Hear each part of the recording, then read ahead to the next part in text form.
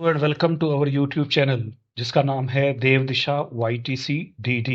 स्वागत है हमारे इस चैनल पे आप सब लोगों का, जिसका नाम है देव दिशा YTC DD। आज के वीडियो में हम डिस्कस करेंगे यूनिट 2 और यूनिट 2 के कुछ इम्पोर्टेंट क्वेश्चन डिस्कस करेंगे। लेकिन ये क्वेश्चन होंगे खासकर बुद्धि लब्धि और अधिगम से संबंधित। तो ये जो यूके ट्रिपल एससी का LT ग्रेड का पेपर है, उसमें आपको ये सिलेबस में है बुद्धि, बुद्धि लब्धि और अधिगम। तो इनसे जुड़े हुए कुछ इंपॉर्टेंट क्वेश्चन 25 क्वेश्चन हम इसमें देखेंगे। तो जुड़े रहिए हमारे यूट्यूब चैनल के साथ जिसका नाम है देव दिशा YTC DD। तो अब हम इसमें बिना समय नष्ट किए बढ़ते हैं। पहला क्वेश्चन है, बुद्धि इन 4 शब्दों में निहित है: ज्ञान, आविष्कार, निर्देश और आलोचना। तो ये किसका कथन है, ये आपसे पूछा जा रहा है। तो ये कथन किसका है, तो आप बिना कुछ समय गवाए बताएंगे। ये कथन है अल्फ्रेड बिने का। तो इसका सही आंसर है अल्फ्रेड बिने। तो ये मान के चलिए कि आपके पेपर में, ये कोई भी टीचिंग एप्टीट्यूड का पेपर होता है, किसी भी राज्य का, स्टेट का, NVS का, KVS का, कहीं भी अगर आपका टीचिंग एप्टीट्यूड आती है किसी भी पेपर में, तो उसमें एक प्रश्न कथन पर जरूर होता है, एक प्रश्न पुस्तक पर होता है। तो कथन पर, इसीलिए ज़्यादा से ज़्यादा कथन पर आपको ध्यान देना चाहिए। इसीलिए हमने अपने जितने भी वीडियो बनाए हैं विचारकों के भी, उसमें भी कथन दिए हैं। तो बुद्धि इन 4 शब्दों में निहित है: ज्ञान, आविष्कार, निर्देश और आलोचना। तो इसका कोड भी मैंने बना रखा है गाना। तो बुद्धि क्या है? गाना है। ज्ञान, G से ज्ञान हो गया, A से आविष्कार हो गया, N से निर्देश हो गया और दूसरे A से हो गया आलोचना। तो बुद्धि का गाना कौन गाता है, इस तरह से कोड मैंने बना रखा है। आप भी ध्यान रखें, बुद्धि का गाना गाता है विनय। बुद्धि का गाना कौन गाता है? विनय। अब गाने में आप कर देंगे ज्ञान, आविष्कार, निर्देश और आलोचना। अगला प्रश्न आ जाएगा, क्वेश्चन नंबर 2। इनमें से किस प्रकार की बुद्धि गैरेट के अनुसार बुद्धि के कितने प्रकार होते हैं, पहले तो यही देखेंगे। तो गैरेट के अनुसार बुद्धि के होते हैं 3 प्रकार। एक होती है मूर्त बुद्धि, एक होती है अमूर्त बुद्धि और एक होती है सामाजिक बुद्धि। तो ये है गामक बुद्धि, यहाँ ग्रामक नहीं है, गामक बुद्धि। तो 3 तरह की बुद्धि गैरेट ने बताई थी। पहले तो यही है, उसने कहा है कि किस बुद्धि का संबंध पुस्तकीय ज्ञान से होता है, यानी बुकों, किताबों से होता है, पुस्तकीय ज्ञान से। अब हम इस क्वेश्चन को डिस्कस करेंगे। पुस्तकीय ज्ञान से होती है 3 तरह की बुद्धि गैरेट ने बताई थी। पहली है मूर्त बुद्धि, फिर अमूर्त बुद्धि और फिर सामाजिक बुद्धि। मूर्त बुद्धि जो होती है उसे गामक बुद्धि भी कहते हैं और यांत्रिक बुद्धि भी कहते हैं। तो गामक बुद्धि भी और यांत्रिक बुद्धि भी, ये तो मूर्त हो गई। मूर्त वो होती है जिसकी मूर्त होती है, यानी जो सामने आपको दिखाई देती है, यानी हार्डवेयर टाइप। और दूसरा होता है अमूर्त बुद्धि, जो जिसकी मूर्त नहीं होती, अमूर्त, यानी इनटेंजिबल, जो दिखाई नहीं देती। तो ये प्रश्न है कि किसका संबंध पुस्तकीय ज्ञान से। तो मूर्त बुद्धि का संबंध होता है मशीनों से, यंत्रों से, और अमूर्त बुद्धि का संबंध होता है पुस्तकों से। और सामाजिक बुद्धि का संबंध तो व्यक्तिगत व सामाजिक संबंधों से होता है। अगला प्रश्न, तो ये प्रश्न का उत्तर हो जाएगा आपका अमूर्त बुद्धि। इसके बाद थार्नडाइक ने बुद्धि के कितने प्रकार बताए हैं? थार्नडाइक ने बुद्धि के बताए हैं 3 प्रकार। सबसे पहले अमूर्त बुद्धि, और जो मूर्त बुद्धि यहाँ थी उसको थार्नडाइक ने बता दिया यांत्रिक बुद्धि। और आपका तीसरा है सामाजिक बुद्धि। तो इसमें आपका ये आपका थार्नडाइक का बुद्धि के प्रकार। तो इसको हमने तो बना रखा है SAY से। थार्नडाइक ने कहा, थार्नडाइक से मतलब सामाजिक बुद्धि, उसके बाद अमूर्त बुद्धि और यांत्रिक बुद्धि। थार्नडाइक से आप ध्यान रखेंगे, यानी थार्नडाइक ने कहा, थार्नडाइक ने बुद्धि के लिए क्या कहा? थार्नडाइक से, बस इतना ध्यान रखेंगे। तो थार्नडाइक ने कहा को अंग्रेजी में कर लो, थार्नडाइक से में ना या सैड होता है कहना, तो से है। तो या सामाजिक बुद्धि, अमूर्त बुद्धि और यांत्रिक बुद्धि। तो छोटे छोटे ट्रिक्स जो है पेपर में बहुत काम आती है। ये ट्रिक्स से ही आप क्वेश्चन सॉल्व कर पाते हो, कई बार ऐसा होता है। अब अगला प्रश्न है, इनमें से आपका कौन सा बुद्धि के सिद्धांत और प्रतिपादक के संदर्भ में सही नहीं है? तो बहुबुद्धि सिद्धांत ये गार्डनर ने दिया था, ये कथन सही है। बहुकारक सिद्धांत अगर देखोगे ये थॉर्नडाइक ने दिया था। इसके बाद समूह कारक सिद्धांत ये थर्स्टन ने दिया था, और त्रितंत्र सिद्धांत ये दिया था स्टेनबर्ग ने।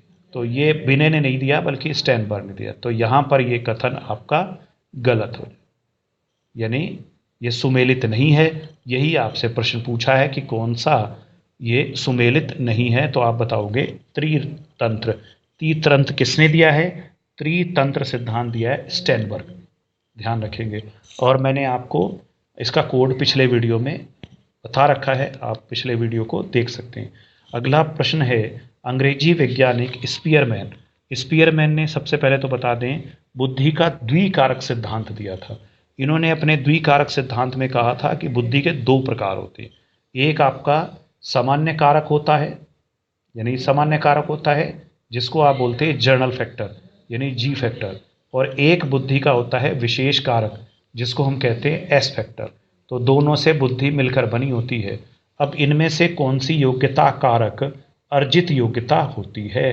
तो कौन सी योग्यता अर्जित होती है? बुद्धि के कितने कारक बताए इन्होंने? दो। एक आपका जर्नल जो बुद्धि होती है, सामान्य जो योग्यता होती है, वो सामान्य योग्यता जन्मजात होती है, पैदाइश से ही होती है।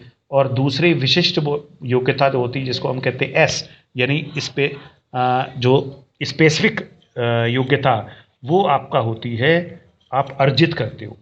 ठीक है, तो कुछ बुद्धि तो आपकी सामान्य कारक मतलब जो जर्नल बुद्धि होती है, जो जन्म से ही होती है, इसको आपको ट्रेनिंग लेनी पड़ती है। तो इस तरह से ये बुद्धि होती है स्पेसिफिक बुद्धि। तो अब उन्होंने कहा है कौन सी अर्जित योग्यता होती है, तो आपका आंसर अपने आप आ जाएगा ये एक्सप्लेनेशन से, विशिष्ट योग्यता कारक। सामान्य योग्यता कारक जन्मजात होती है, ध्यान रखेंगे, सामान्य योग्यता कारक जो होती है वो जन्मजात होती है, और विशिष्ट बुद्धि यानी स्पेसिफिक जो होती है वो होती है अर्जित। अर्जित मतलब एक्वायर्ड, तो इसमें अर्जित मतलब एक्वायर्ड, और ये अर्जित बुद्धि, विशिष्ट बुद्धि जो होती है वो आपका अर्जित योग्यता, इसकी ट्रेनिंग लेनी पड़ती है। आगे लिख रखता है बुद्धि के समूह कारक सिद्धांत के प्रतिपादक थर्स्टन ने। तो जब हम प्रश्न बनाते हैं तो ये कोशिश करते हैं कि आपको इन प्रश्नों में भी कुछ नए प्रश्न मिल जाए। जैसे यहाँ लिख रखा है, दो आपको प्रश्न मिल जा रहे हैं। एक तो समूह कारक सिद्धांत किसने दिया? इस प्रश्न में ही दो चीजें मिल रही, समूह कारक सिद्धांत दिया है थर्स्टन। एक तो यही आपको इसमें पता लग गया कि थर्स्टन कौन है, समूह कारक सिद्धांत के प्रतिपादक। अब उन्होंने अपनी पुस्तक लिखी है, वो कौन सी लिखी है ये भी आपसे पूछा जा सकता है। तो थर्स्टन ने पुस्तक लिखी है PMA यानी प्राइमरी मेंटल एबिलिटी। तो एक ही क्वेश्चन से आपको तीन क्वेश्चन मिले। एक तो बुद्धि का समूह कारक सिद्धांत किसने दिया? थर्स्टन ने। थर्स्टन ने कौन सी पुस्तक लिखी? PMA primary mental ability. अब तीसरा प्रश्न इसमें से निकल के आया कि इसमें उन्होंने बुद्धि के कितने खंड बताए। तो बुद्धि के कितने पार्ट बताए हैं थर्स्टन ने? तो बुद्धि के बताए हैं 13 खंड, और जिसमें से 9 खंड इन्होंने बहुत इंपॉर्टेंट बताए हैं। ये खंड क्या क्या हैं? स्मृति है, प्रतिरक्षीकरण की योग्यता है, सांख्यिकी की योग्यता है, शाब्दिक योग्यता है, तार्किक योग्यता है, निगमनात्मक योग्यता है, आगमनात्मक योग्यता है, स्थान संबंधी योग्यता है, समस्या समाधान संबंधी योग्यता है। तो ये सब तो शायद कोई ना पूछे आपसे, लेकिन ये जरूर पूछ सकता है। तो आपका देखोगे बुद्धि पर आपको क्वेश्चन कितने अच्छे मिल रहे। अगला है, किसने त्रिविमीय बुद्धि संरचना सिद्धांत प्रस्तुत किया? तो ये त्रिविमीय संरचना सिद्धांत जो प्रस्तुत किया था, ये प्रस्तुत किया था जेपी गिलफर्ड ने। इसको हम कहते हैं बुद्धि संरचना सिद्धांत भी, या त्रिविमीय स्वरूप, बुद्धि का त्रिविमीय स्वरूप।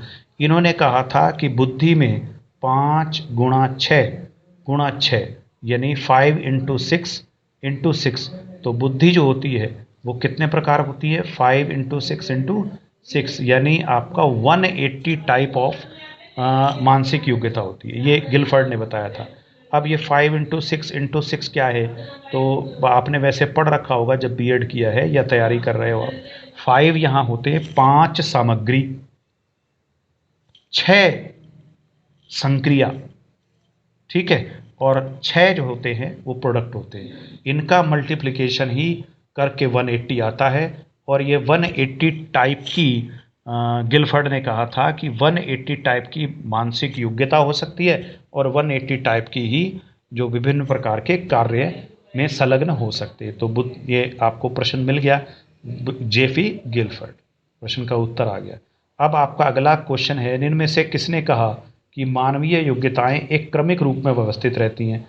इस क्रमबद्ध व्यवस्था में सामान्य कारक, कोमा मुख्य कारक, फिर आपका लघु कारक तथा विशिष्ट कारक होते हैं। इन्होंने कहा था कि बुद्धि एक क्रम में, जैसे सीढ़ियां एक क्रम में लगी होती हैं, 1 फिर 2 फिर 3 फिर 4, इस तरह से सीढ़ियां ऊपर को जाती हैं। सबसे नीचे जो होता है वो सामान्य कारक होता है, जनरल फैक्टर, फिर आपका मुख्य कारक होता है, फिर लघु कारक होता है, और फिर आपका होता है विशिष्ट कारक। ये कहलाता है पदानुक्रम। तो पद अनुक्रम, यानी अनुक्रम मतलब होता है एक के बाद एक, अनु मैना पीछे, एक के बाद एक क्रम में आना, तो इसको कहते हैं पदानुक्रम। तो ये किसने सिद्धांत दिया था? ये सिद्धांत कहलाता है आपका पदानुक्रम सिद्धांत। और ये पदानुक्रम सिद्धांत में बुद्धि जो होती है वो इस तरह से क्रम में व्यवस्थित होती है। ये कहा था किसने? ये फिलिप बर्नर ने दिया था।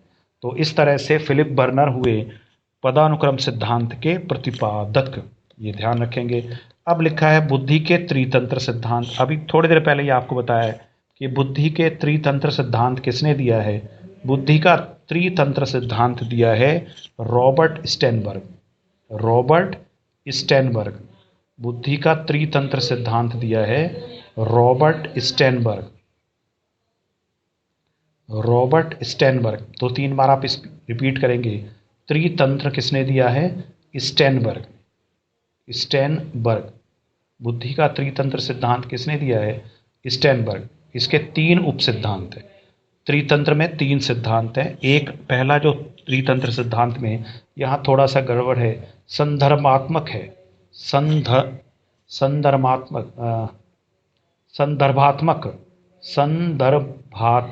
संदर्भ में ना होता है कॉन्टेक्स्ट।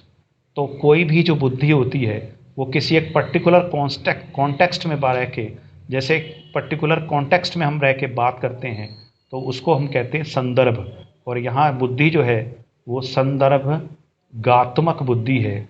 और दूसरी है अनुभव जनित उपसिद्धांत, और तीसरा होता है घटक उपसिद्धांत। तो जो रॉबर्ट स्टेनबर्ग थे, रॉबर्ट स्टेनबर्ग ने 3 तरह की बुद्धि बताई, 3 सिद्धांत दिए, 3 उप सिद्धांत दिए, ऐसे कहना चाहिए। 3 आपका दिए इन्होंने सब कंसेप्ट। और ये 3 सब कंसेप्ट या 3 सब थ्योरी क्या थी? पहली थ्योरी है संदर्भात्मक उप सिद्धांत, यानी कॉन्टेक्चुअल सब थ्योरी। एक तो ये है कॉन्टेक्चुअल सब थ्योरी, दूसरा है एक्सपेरिमेंटल सब थ्योरी, फिर आपका तीसरा है कंपोनेंट सब थ्योरी। घटक मतलब कंपोनेंट। तो 3 सिद्धांत इन्होंने दिए थे। एक्सपेरिमेंटल वाली तो नाम से पता लग रहा है कि अनुभव से ये होगी। इसके बाद संदर्भात्मक आपका जो है, कोई जो हमारा एक पर्टिकुलर एनवायरनमेंट होता है, वातावरण होता है, उसके साथ एडजस्टमेंट को हम कहते हैं कॉन्टेक्चुअल। यानी कॉन्टेक्स्ट में ना भी एक विशेष वातावरण ही होता है, मतलब आप समझे अगर तो गहराई में जाएं। यानी जैसे आप अपने परिवार में बैठे हो तो आप अलग तरीके से व्यवहार करोगे, भाई बहन के साथ लड़ भी लोगे, लेकिन वही व्यवहार आप बाहर नहीं करोगे। तो ये आप कह सकते हो कि यहाँ पर एक पर्टिकुलर कॉन्टेक्स्ट में आपने इस तरह की बात की, दूसरे पर्टिकुलर कॉन्टेक्स्ट में आप दूसरे तरह की बात करोगे। तो ये वातावरण से संबंधित होती है, ये अनुभव से संबंधित होती है। और तीसरा जो घटक उप सिद्धांत है, यानी आपका कंपोनेंट सब थ्योरी, वो घटक उप सिद्धांत ये कहता है कि ये चिंतन करने से संबंधित होती है। विश्लेषणात्मक, यानी आपका कोई भी एक प्रोसेस है उसको एनालाइज करना है और उसकी आलोचना करनी है। तो आलोचना करने के ढंग से चिंतन करने की क्षमता को हम कहते हैं घटक उप सिद्धांत। आगे रखा है, इनमें से किसने सर्वप्रथम मानसिक आयु का कंसेप्ट दिया है? मानसिक आयु का कंसेप्ट सबसे पहले किसने दिया है? तो ये दिया है मानसिक आयु का कंसेप्ट, आपको मालूम ही होगा, बहुत इजी क्वेश्चन है। ये दिया है एल्फ्रेड बिनेट।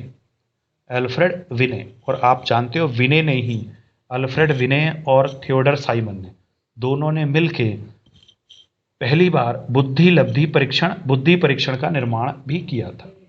लेकिन मानसिक आयु का, मेंटल एज का जो कंसेप्ट दिया है, मेंटल एज का कंसेप्ट दिया है अल्फ्रेड विने। अब इसके बाद अगला प्रश्न देखोगे, पोर्टियस भूल भुलैया परीक्षण। तो आप जानते हैं कुछ टेस्ट होते हैं जो बुद्धि परीक्षण जिनको हम कहते हैं, तो वो जो टेस्ट होते हैं उसमें कुछ टेस्ट होते हैं व्यक्तिगत और कुछ सामूहिक होते हैं। अब व्यक्तिगत भी दो तरह के होते हैं, एक शाब्दिक और एक अशाब्दिक, यानी एक शब्दों से जुड़ा हुआ और एक बिना शब्दों से। जैसे आपके पेपर में भी कुछ रीजनिंग है जो शाब्दिक भी है और अशाब्दिक भी है। अशाब्दिक में सिर्फ डायग्राम आएंगे, तो वो आपका कैसा परीक्षण हो गया, अशाब्दिक परीक्षण। लेकिन शाब्दिक में सीरीज वगैरह आएगी तो वो आपका हो गया शाब्दिक परीक्षण। तो पोर्टियस भूल भुलैया परीक्षण ये आपका कैसा परीक्षण है, तो पोर्टियस भूल भुलैया परीक्षण है अशाब्दिक। ये लेकिन अशाब्दिक में भी कैसा, पर्सनल, व्यक्तिगत। व्यक्तिगत का मतलब होता है किसी एक व्यक्ति पर लागू किया जाए। सामूहिक, जैसे आपका अब ये जो टेस्ट हो रहा है ये सामूहिक टेस्ट है और शाब्दिक भी है ना। आपके एलटी का एग्जाम हो रहा है तो सामूहिक है और शाब्दिक है। तो यहाँ पर बहरहाल पोर्टियस भूल भुलैया परीक्षण होगा व्यक्तिगत शाब्दिक परीक्षण, बुद्धि परीक्षण। इसके बाद देखोगे बुद्धि परीक्षण की उपयोगिता है। अब जो हम ये मेंटल टेस्ट करते हैं या आईक्यू का टेस्ट करते हैं, इसका क्या लाभ होता है, तो इसका लाभ होता है सर्वोत्तम बालक के चुनाव में हमें पता लग जाता है कौन सा बच्चा जीनियस है। और दूसरा ऑप्शन है पिछड़े बालक के चुनाव में, तो यहाँ पर भी आप आंसर दे सकते हैं कि पिछड़े बालक के चुनाव में भी ये उपयुक्त होता है। तो पिछड़े बालक के चुनाव हमें पता लग जाएगा ये बालक पिछड़ा है, यानी मेंटल एज से कम, इसकी जो है शारीरिक एज से कम मेंटल एज है, यानी इसका आईक्यू कम है। तो हम उसके हिसाब से उसकी शिक्षण जो योजना है वो बनाएंगे। तो इस तरह से बुद्धि परीक्षण का उपयोगिता यहाँ पर भी है, यहाँ पर भी है, और अपव्यय के निराकरण में, अपव्यय के निराकरण में भी है। अपव्यय भी आप जानते होंगे क्या चीज़ होता है, बीएड किया आपने। तो इस तरह से ये सभी आंसर इसके हो जाए। अगला है संवेगात्मक बुद्धि यानी इमोशनल इंटेलिजेंस। इमोशनल इंटेलिजेंस क्या चीज़ होती है, पहले तो यही जानेंगे। इमोशनल इंटेलिजेंस होती है जो आपके इमोशंस हैं उनको आप किस तरह से कंट्रोल करते हो, सीधी भाषा में।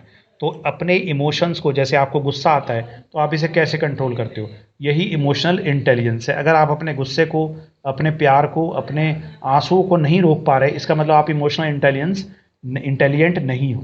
तो ये इमोशनल इंटेलिजेंस का श्रेय किसको है, तो ये है डेनियल गोलमैन को। और ध्यान रखेंगे इस डेनियल गोलमैन की एक किताब है जिसका नाम है emotional intelligence, why it can matter more than IQ. Why it can matter more than IQ, IQ से भी ज़्यादा अच्छी इन्होंने इमोशनल इंटेलिजेंस को कहा है, उसी के नाम पर किताब रखा है इमोशनल इंटेलिजेंस। मैं रिपीट कर रहा हूँ, why it can matter more than IQ. किसकी किताब है, डेनियल गोलमैन की। तो इन्होंने ही इस किताब में संवेगात्मक बुद्धि यानी इमोशनल इंटेलिजेंस को विकसित किया है या कंसेप्ट दिया है। निम्न में से क्या संवेगात्मक बुद्धि का महत्व है, संवेगात्मक बुद्धि यानी इमोशनल इंटेलिजेंस का क्या महत्व है, तो यह व्यक्ति को उसके कार्य निष्पादन में सकारात्मक ढंग से सहायता देती है। तो ये बहुत बिल्कुल सही है। इमोशनल इंटेलिजेंस अगर आपके अंदर है, यानी आप इमोशनली इंटेलिजेंट हैं, तो आपको कोई कार्य करने में कोई दिक्कत नहीं आएगी, आप घबराएंगे नहीं, आप डरेंगे नहीं, आप रोएंगे नहीं, आप गुस्से नहीं होंगे। इसके बाद यह सामाजिक संबंधों को बेहतर बना सकता है, ये भी सही है। यह तनाव मुक्ति के लिए महत्वपूर्ण होती है तथा मानसिक रूप से स्वस्थ रखने में सहायक होती है। तो यहाँ पर आपका आंसर आ जाएगा उपयुक्त सभी। शैक्षिक उद्देश्यों के परिणाम में अधिगम को 3 पक्षों में वर्गीकृत किया गया। तो जो अधिगम यानी लर्निंग की बात हो रही है, तो लर्निंग में आप जानते ही हो शैक्षिक उद्देश्य यानी आपका टीचिंग के जो पर्पस है, उसके पर्पस के हिसाब से अधिगम को 3 भागों में बांटा जाता है। फर्स्ट ऑफ ऑल संज्ञानात्मक, भावात्मक और चेष्टात्मक। संकेत अधिगम आपका शैक्षिक उद्देश्यों के आधार पर बांटा नहीं गया है, ये अधिगम की प्रवृत्ति के आधार पर है। और ये संकेत अधिगम जो दिया है वो गैने ने दिया, गैने गैने ने दिया। तो यहाँ पर 3 ही है, इसका मतलब ये आंसर आपका इसका क्वेश्चन का हो जाएगा। ये किसने दिया है? संकेत अधिगम, और इन्होंने संकेत अधिगम को सबसे लोएस्ट टाइप का अधिगम माना है, क्योंकि यह रटंत विद्या पर आधारित होता है, इसीलिए गैने ने इसे सबसे नीचे माना है। गैने ने 8 टाइप बताए हैं, उसमें सबसे नीचे इसको माना है। फिलहाल आपका उद्देश्यों के आधार पर 3 होंगे: संज्ञानात्मक अधिगम, क्रियात्मक अधिगम और भावात्मक अधिगम। ये गैने के अनुसार वर्गीकरण है, इसको बाद में। अगला है, क्या पावलोव संबंध क्रिया का अन्य नाम नहीं है? तो क्लासिकल अनुबंधन सिद्धांत, अनुबंधन अनुक्रिया सिद्धांत और अनुकूलित अनुक्रिया सिद्धांत, ये तीनों ही संबंध प्रक्रिया का सिद्धांत के अन्य नाम हैं। ये सिद्धांत किन्होंने दिया था? ये आप जानते ही हैं, इसका प्रतिपादन जो किया था इवान पी पावलोव ने किया था। और इन्होंने ये जो संबंध प्रतिक्रिया सिद्धांत दिया था, ये कुत्ते के ऊपर प्रयोग करके दिया था। और उन्होंने कहा था कि एक उद्दीपक मतलब होता है स्टिमुलस, अगर कोई आप स्टिमुलस लाएंगे तो उसके प्रति क्या होगी? रेस्पॉन्स होगी। जैसे आपको अच्छा भोजन आएगा तो लार अपने आप निकलेगी। इसके बाद आप क्या करोगे? अब इन्होंने कुत्ते के साथ क्या किया? भोजन दिया, उसकी कुत्ते की लार निकली। फिर अगली बार उन्होंने भोजन के साथ साथ में घंटी की आवाज़ भी बजाई, तो घंटी की आवाज़ जो थी वो आर्टिफिशियल स्टिमुलेशन था। अब घंटी की आवाज़ सुन के कुत्ता आया, उसको खाना मिल गया, उसको आदत पड़ गई, रोज़ घंटी की आवाज़ हो, कुत्ते को खाना मिले, कुत्ते की लार निकलने लग पड़े। अगली बार इन्होंने खाना नहीं दिया, सिर्फ घंटी बजाई और आपका कुत्ते की लार फिर भी निकली। तो इस तरह से इन्होंने बताया कि आपका जो लार जो नहीं निकली है, वो आपका जो है लार निकलना क्या है? एक अनुक्रिया है, मतलब एक रेस्पॉन्स है, नेचुरल रेस्पॉन्स है। लेकिन ये नेचुरल रेस्पॉन्स कुत्ते का लिंक्ड हो गया है किसके साथ? घंटी की आवाज़ के साथ। तो यही लिंकेज हुई है, या ये जो आपका अनुबंधन हुआ है, अनुबंध मतलब बॉन्ड बन गया है, कॉन्ट्रैक्ट बन गया है, या आपका इधर ये होगा उधर वो होगा, इसी को कहते हैं अनुबंधन। तो अनुबंधन में आपका जो है हुआ है, इसको हम पावलोव ने कहा संबंध प्रतिक्रिया सिद्धांत, यानी कुत्ते को घंटी के साथ संबद्ध कर दिया गया, उसकी लार निकली। क्लासिकल अनुबंधन सिद्धांत, अनुबंधित, देखो यहाँ अनुबंधन जरूर आए। इसके बाद आपका अनुकूलित अनुक्रिया सिद्धांत ये है। अब आता है क्रिया प्रसूत। क्रिया प्रसूत सिद्धांत किसने दिया था? ये भैया स्किनर ने दिया था। ये किसने दिया था? स्किनर ने। और ये सिद्धांत आपका स्किनर ने जो दिया था वो आप जानते हैं इस पे दिया था, चूहे पर। और स्किनर ने जो प्रयोग किए थे वो चूहे पर किए थे, और आपका फिर किस पे किए थे? और एक चूहे के बाद उन्होंने कबूतर पे किया था। लेकिन ये फिलहाल इसका आंसर ये हो जाएगा कि क्रिया प्रसूत सिद्धांत, आप क्रिया प्रसूत अनुबंध सिद्धांत ये स्किनर का है, ये पावलोव का नहीं है। तो आपका 16वें का आंसर हो जाएगा डी। नेक्स्ट है, स्किनर ने अपना प्रयोग किया था, अभी बताया मैंने कि चूहे पर, और बाद में आपका किया था कबूतर पे। इनमें से कौन ऋणात्मक पुनर्बलक है? तो ये तो आप जानते ही हैं, वो चीज़ जो आपको काम करने के लिए प्रेरित करे, बार बार आपको रेस्पॉन्स करे जिस काम को। तो जैसे कोई प्रशंसा कर दे, तो प्रशंसा करने में क्या होता है, आप उस काम को बार बार करेंगे, तो ये धनात्मक पुनर्बलन होता है। पानी भी आपका क्या होता है, जहाँ आपको पानी मिलेगा आप बार बार वहाँ जाएंगे, जहाँ भोजन मिलेगा वहाँ बार बार जाएंगे, ये सब धनात्मक हैं। निंदा होगी, अगर आपका निंदा होगी तो वो काम आप नहीं करोगे, ये ऋणात्मक पुनर्बलक है। तो यहाँ आंसर हो जाएगा निंदा ऋणात्मक पुनर्बलन है। लेकिन इसमें एक क्वेश्चन और आता है कि क्या दंड पुनर्बलक है? तो आप बताएंगे स्किनर ने दंड को पुनर्बलक नहीं माना है। ये भी बड़ा इंपॉर्टेंट क्वेश्चन है, इधर उधर CTT UTT इधर उधर टीचिंग के पेपर्स में कहीं ना कहीं आपको मिलेगा जरूर। जब मानव शरीर का एक भाग को दिए प्रशिक्षण का स्थानांतरण दूसरे भाग में होता है तो इसे कहते हैं द्विपार्श्विक स्थानांतरण। तो ये एक प्रश्न आया है अधिगम स्थानांतरण से। अधिगम स्थानांतरण आप जानते ही हैं कि जब एक चीज़ सीखी हुई दूसरे, जैसे आपने साइकिल चलानी सीख ली तो नेचुरल सी बात है आपको मोटरसाइकिल चलानी आ जाएगी, ये अधिगम स्थानांतरण होता है। अब यहाँ पर शरीर के एक भाग को आपने ट्रेंड करा है, दूसरे भाग अपने आप करने लग पड़ा है काम, तो ये कहलाएगा द्विपार्श्विक स्थानांतरण। अगला प्रश्न है, अधिगम के सम्मान तत्वों के सिद्धांत किसने प्रतिपादित किया था? तो अधिगम के समान तत्वों का सिद्धांत ये किसने प्रतिपादित किया था? ये बहुत सारे सिद्धांत हैं जिसमें समान तत्वों का सिद्धांत थार्नडाइक ने किया था। इसी तरह से सामान्यीकरण का सिद्धांत C.H. जूड ने किया था। सामान्य से विशिष्ट तत्वों का सिद्धांत ये स्पीयरमैन ने दिया था। फिलहाल एक ही याद करो, अधिगम के समान तत्वों का सिद्धांत थार्नडाइक ने। कौन सा युग्म अभिप्रेरणा सिद्धांत और प्रतिपादक के रूप में संदर्भ में सुमेलित नहीं है? तो इसमें जो 4 ऑप्शन हैं इसमें उन्होंने क्या रखा है कि अभिप्रेरणा का प्रणोद नियुक्तता सिद्धांत, ये सब। तो सीधा सीधा इसका आंसर देखिए 21 का डी, अभिप्रेरणा का मूल प्रवृत्ति सिद्धांत, ये दिया है मैकडूगल ने। और मैकडूगल का नाम आपने बहुत सुना होगा। मूल प्रवृत्ति सिद्धांत इन्होंने ही दिया है और इन्होंने मूल प्रवृत्तियां बताई थी 14 प्रकार की।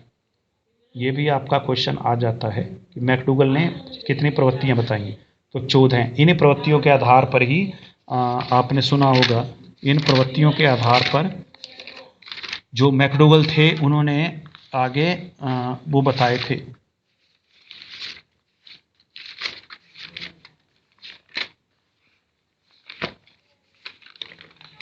चलिए ठीक है, आगे बढ़ते हैं। इसके बाद जो नेक्स्ट है राष्ट्रीय मानसिक दिव्यांग संस्थान। हाँ, थोड़ा सा यहाँ दिमाग से उतर रहा था। अभिप्रेरणा का मूल सिद्धांत किसने दिया है? मैकडूगल ने। और मैकडूगल ने कितनी प्रवृत्तियां बताई हैं? 14। और ये 14 प्रवृत्तियों के आधार पर ही मैकडूगल ने इमोशंस बताए हैं, संवेग बताए हैं 14। और ये दिमाग से उतर रहा था, तो अब ये आपको मैंने बता दिया, 14 प्रकार के संवेग बताए। ठीक है, नेक्स्ट आपका हो गया। तो ये सारे एक क्वेश्चन पर से आपको 3-4 क्वेश्चन मिल जा रहे हैं। नेक्स्ट है राष्ट्रीय मानसिक दिव्यांग संस्थान कहाँ पर है, किस स्थान पर है? तो सिकंदराबाद में। नेक्स्ट है फिट इंडिया मूवमेंट, एक का केंद्रीय कार्यालय कहाँ पर है? फिट इंडिया मूवमेंट का केंद्रीय कार्यालय है नई दिल्ली। विश्व भर में योग दिवस कब मनाया जाता है? तो आप जानते ही हैं 21 जून को योग दिवस मनाया जाता है। 21 जून को योग दिवस मनाया जाता है। क्यों? क्योंकि उत्तरी गोलार्ध में 21 जून को सबसे बड़ा दिन होता है। भारत उत्तरी गोलार्ध में है और यहाँ पर सबसे बड़ा दिन होता है 21 जून को। और 2014 में यूनाइटेड नेशन के 171 सदस्यों द्वारा 21 जून को राष्ट्रीय योग दिवस घोषित किया गया था। और पहली बार योग दिवस मनाया गया 2015 में मनाया गया था। और इस वर्ष की थीम अगर पूछी जा सके तो वो थीम है स्वयं व समाज के लिए योग। स्वयं व समाज के लिए योग, या फिर बोल रहा हूँ स्वयं व समाज के लिए योग। नेक्स्ट क्वेश्चन है किस वर्ष भारतीय पुनर्वास अधिनियम यानी rehabilitation council of India, rehabilitation council of India जो होती है वो दिव्यांग शिक्षण या विशेष शिक्षण के संदर्भ में जो एक मानक स्थापित करती है ट्रेनिंग वगैरह के, तो इसकी स्थापना कब हुई? इसकी जो स्थापना है वो तो काफ़ी पहले हो गई थी 86 में, तो लेकिन एक पंजीकृत सोसाइटी के रूप में थी। और ये 1992 में अधिनियम पारित हुआ और वो अधिनियम लागू हुआ 1993 में। तो RCI अधिनियम जो लागू हुआ था वो जुलाई 1993 में हो गया था। और RCI एक वैधानिक संस्था बन गई क्योंकि ये एक्ट जो है वो संसद द्वारा पारित किया गया था। तो हमारा आज का वीडियो यहीं समाप्त होता है। जुड़े रहिए हमारे इस YouTube चैनल से जिसका नाम है देव दिशा YTC-DD। उम्मीद है आपको अच्छे प्रश्न प्राप्त हुए होंगे और 25 प्रश्न हमने डिस्कस किए हैं, लेकिन 25 से कहीं ज़्यादा प्रश्न आपको इसमें अंदर के अंदर मिल गए होंगे। तो धन्यवाद आपका वीडियो देखने पर के लिए। जुड़े रहिए हमारे YouTube चैनल से देव दिशा YTC-DD।